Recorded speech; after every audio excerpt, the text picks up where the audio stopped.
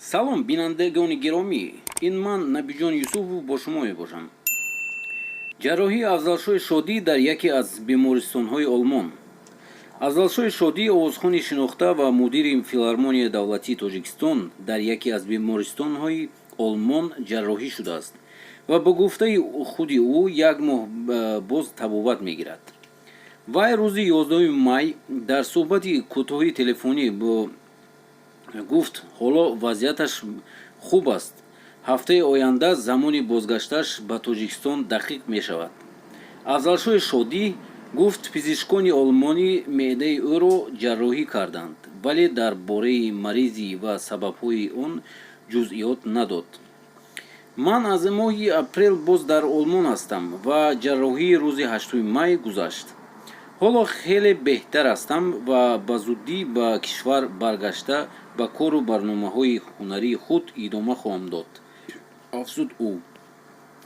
افزالشو شودی گفت باید روز 11 مای در خوجند برنامه‌های هنری اجرا میکرد، اما با سبب بیماری و طبابتش در آلمان آن را به وقت دیگر گذاشت. وی گفت حتما این برنامه‌ها را اجرا میکنم.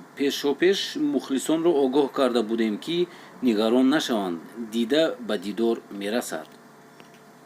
هنرمندی مردم تاجیکستان افزالشو شودی که حالا 57 سال دارد بیشتر با ترانه‌هایی که بر پایه اشعار لایق خوانده است معروف است. ترانه‌های او درباره سمرقند و بخارا در تاجیکستان و ازبکستان هواداران زیاد دارد. این آوازخوان شناخته در 3 سال اخیر درباره درگیری‌ها در سوریه و عراق و اوکراین نیز ترانه اجرا کرده است. سال گذشته یک ترانه او در آن مخلصان تاجیک در خارج تنطیق شدند که در اینترنت بحثی را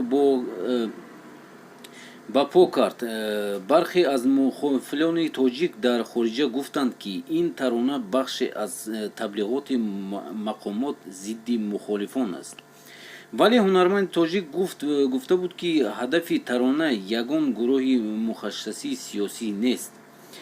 دعوت من از آنهایست که از بیرون به جانب تاجیکستان سنگ میاندازند.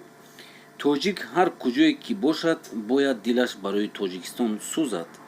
با کشور نیکی کند، یک جا را آباد کند، یاردم کند. در مسافرت تاجیکستان را تنقید نه بلکه آبروی کشور را بلند بردارند.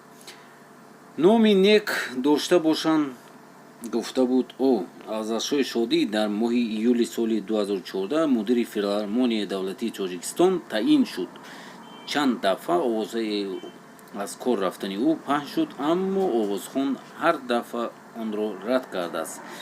نوشتاش بینندگان گرامی، ما میخواهیم که تستر صحت شوند. افزالشو شودی این یکی از بزرگترین ما هستند، ارتیستی خلقی تاجیکستان می باشد. و دوستان عزیز، من از شما خواهش میکنم که لایک مونید و با کامنتار نویسید شما درباره این ویدیو چی فکر دارید. подписаться کنید در کانال من. خوش رحمت تا بازدید.